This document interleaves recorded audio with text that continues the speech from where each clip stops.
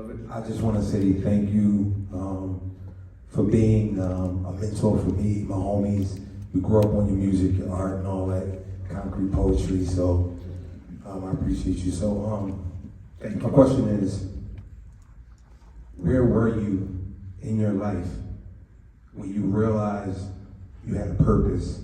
And are you, like, where at right now in your life, do you see your purpose being realized? Have you, I think through many stages of my life, I felt I had a purpose. As a youngin', wanting to make it in the music industry was my purpose. I was able to achieve that purpose. Years later in my life, I realized that my purpose is, I was able to see the difference through living a life in hip hop and being able to move in a more affluent place than I grew up in. Gave me the idea, like as I was saying early, when you're in an affluent neighborhood and I'm riding around and I see there's one liquor store in the town, one fast food spot. If the kid has a trouble in school, it's not special ed. In the hood, it's special ed. Up there, they give you a teacher's assistant to help the kids. So I started understanding my purpose was that most people look to hip hop, especially people from our community. It's the genre that pretty much runs the world. So me understanding that, I said it's my duty to at least get the message out of, you know, at least if we eat this way and you feel good about yourself, that's a win for the day.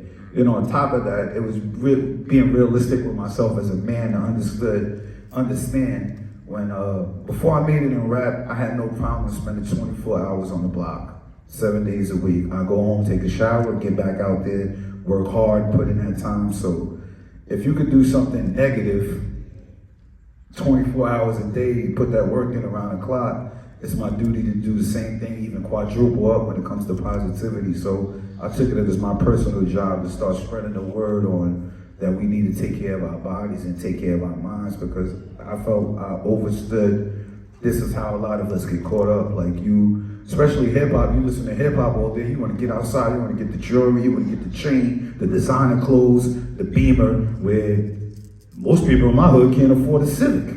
You could put the whole team together and say, yo, let's go get a Honda, and it may not happen. So it's kind of not realistic views that you get from hip hop, but it's realistic at the same time, but not so realistic. So I felt it was my duty to at least spread the word, inform that if you take care of your body, or at least work on the balance of taking care of your body and your mind and your spirit, that you'll feel better and you'll achieve more out of life. You'll get to be in circles and feel comfortable. Like realizing I went from, as my brother said earlier, the get high guy to when people see me and go, yo, that's the juice guy. It was kind of a shift. And I think we all have a purpose to take care of each other. Like, we live in Western civilization and no one tells you, we don't think of the village so much anymore. We think of ourselves. And I think when you start thinking of the village and those coming up behind you in the next generation, you have to hone in on your purpose and get to it. Like, we're not here, everybody here right now is not here by coincidence. We're here because we're connected in energy. And that energy pulled us to this. We're here because somehow, one way or the other, we're all part of the same soul tribe. Or a tribe next to that tribe. So I think we have to know all of our purpose in here is pretty much the same, and that's to do better. And when you do better, you're going to tell the next person to do better, and one for the community. So I don't think my purpose is done. I got a few more purposes left. Excellent question. We have another question. I'll speak. Thank you, I appreciate you. Appreciate you as well. My question is, so as a mother of a young king, and I do a lot of work with men, if we do have men of color, men of African descent in groups and talking, what do you think is the most important conversation we need to have, considering the times we live in? I really say that depends on the individual and the individuals in a group. It would be easy for me to say what I think is important. That doesn't mean he thinks it's important. That doesn't mean he thinks it's important as well. I think the most important thing amongst a group of men is to have open-minded communication like there is today. There's a brother from Islam, there's a Rasta, there's a Christian, and I think open communication, because your way of life and your religion and how you raised and how your family raised you could make you have issues that you feel are more important than issues that I think are more important. I think the most important thing is the community being able to communicate with each other, bring out the issues they feel, and being able to have a conversation about it with a level mind. So basically, I'm saying what I think the most important thing is to be able to build with one another, and then I would say the kids after that. Because really in life, here's a thing we don't say. You can be married, you can have kids, but you have to be the most important in your life.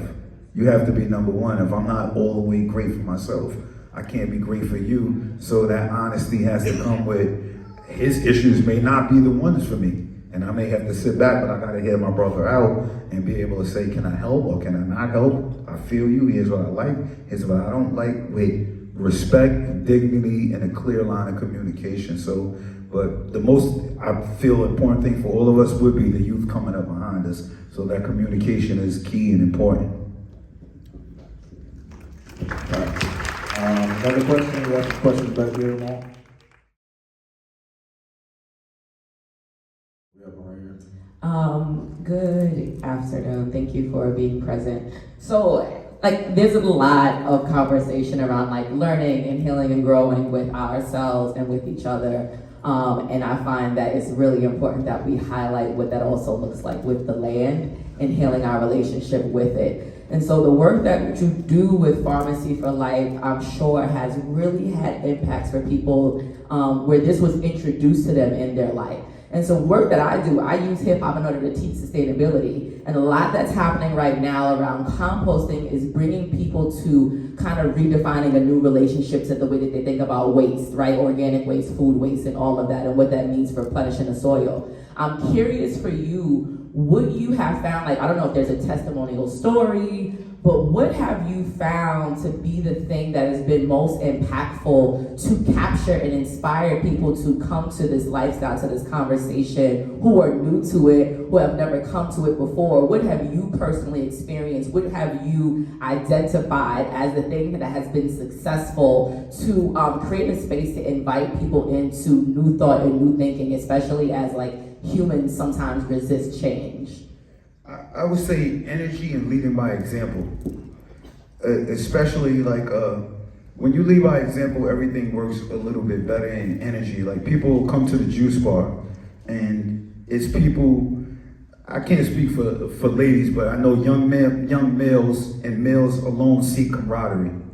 So when they see you doing something and bettering yourself and know where you're from, know your history, know your story, that energy and that leading by example brings them back through the door. Like when we first started Juices for Life, there wasn't, especially with my background, it wasn't a bunch of people going like, yo, yeah, we're with this and we're riding with it and we're automatically with it. But I believe through leading through an example and people seeing that I felt better, that I lost weight, my temper was much cooler, my energy was better, that's attractive to brothers, because a lot of us want to do better, but we don't have the examples. Like if you, I don't know if y'all know this, but it's like a dude who go to jail and come out with some sort of structure, because he may not have had structure before that, but he was able to pick up the energy from a brother and a father figure, an uncle figure, and say, oh, I like how he's moving, I like what he's doing, and be able to adapt to the lifestyle. And I think it's with not being judgmental, not being critical, just being open armed, loving your people. It brings them to a state of mind of feeling comfortable. Because when a person sees your growth and your success, it works. Like we have people come to the juice bar and we go, if you come to my juice bar, I don't know where you live. So you may not be able to come back. You may not have the money. So what I'm going to tell you to do is take a picture of the menu, go home, get a juicer, go get a blender and do it yourself so your kids see you doing it. So people are like, you should, I'm coming in your bar and you suggesting I do it myself at home. And we go, yeah, because you're leading by example. And that way I know the baby's gonna do it. Because me telling your baby to juice up and to eat right don't mean shit to that baby. But you doing it, the baby seeing you doing it and living a lifestyle means the world to them. It's like, y'all got kids, you tell your kid what to do, you don't listen. The kid, little boys follow the mannerisms of their fathers. Little queens follow the mannerisms of their mothers. So you can say all what to do in the world, but they're really watching you. Kids are, it's like their eyes and their brains are like little cameras just taking all the information in. So your kid's watching, and when you know that, you do your best to do a little better. I'm glad you said that before you get into the next question. I think many times as adults we downplay the example that we set. For sure. And we downplay how we're not consistent in certain behaviors we would see in a child. You know? Next question over there for this brother. All right. Oh, actually, there's one over here, and I'm gonna come to that brother right next because she was already ready. The one thing I wanted to add, we were just both talking about that. It's like you teaching your children how to fish, but with juice. You feel me? You teaching them how to juice. Nobody gonna laugh at that? All right, cool. So anyway, but what's really beautiful I about got that, where he was coming from, bro. yeah, don't worry. I like telling bad jokes on purpose. That was good though. That was a pin drop silent. That was good. Yeah, go ahead, ask the question. He's absolutely right. Because when you said that, we both chimed in like, yeah, that's right. But just before I ask my question, in addition to what you were saying, King, is that you're also showing your customers that I'm not envious, I'm not jealous, I'm not, oh, this is my business, so bring all the money to me. You're letting them know, hey, go home, do this yourself. That's showing the love, you know what I'm saying? And that's very respectful. Listen, Thank you, Queen. So, Linda, my question was for you. I'm 51 years wise. I'm from Idlewild, Michigan, but I live in Detroit, Michigan, and I flew down here thanks to my son's sister Nubia back there. My question is, when you were posing your question to the brother, you said you were taught not to trust. Even as a social worker and coming from a counselor standpoint, I've never understood that. I hear often people say I was raised in the streets, so I come from the streets, so I was taught this and I was taught that. But then when I ask them very direct questions, when you say you are not taught to trust, I honestly, coming from a family even that was brought up in Detroit, Michigan, I never understood that. So when you say you were taught not to trust, how were you actually taught not to trust? Well, he said that, but I can answer your question. As a young male, when you're dealing on the streets and you're doing dirt, so to say, or doing illegal things, you're often backstabbed or double-crossed, or someone close to you shortchanges you. Now, if that happens one time, you may be okay. If you go through it 2, 3, 4 times, it begins to diminish your level of trust in people. To say, because it's happened to me before. It's almost like you have to prove to me that you're not that type of person instead of prove to me you are that person. So I believe that's what happens to a lot of young males, especially when they're dealing with the street life. You often get burnt, and sometimes by people that's close to you, and that kind of leads you to distrust people. Whether it's over money, sometimes it's over a lady, sometimes it's over other things. But I think when a person gets, especially as a black man, when you get burnt a couple of times, and then you kind of already distrusting for the PTSD level we have of being born in America and the systems that are in place. I don't trust my school system. I don't trust the political system. I don't trust the hospital system. I don't trust the jail system. So it's kind of built in for you to distrust already when you're kind of in single digits.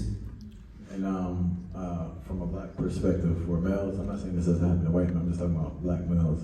I was very observant, and I saw earlier that you always have to perform at a high level to receive love. Love is very conditional as a black man in this environment, and the system itself is set against you. So it's like if you're in a system that's set against you, you can't trust the system. It kind of disrupts your ability to trust another person. So I actually had to train myself and actually learn. It sounded way when I say this, I had to actually learn to trust people. And most brothers, if they're truthful, I'm pretty sure you experience this too, but if you're gonna keep it 100 in public, I had to learn how to trust people. Because you're in an environment 24/7 that you can't trust. And that shapes your relationship with trust. So if you get healthy, you can learn to trust people, but a brother has to put in a lot of work to do so. So that's what I meant by that. Cool, cool, cool.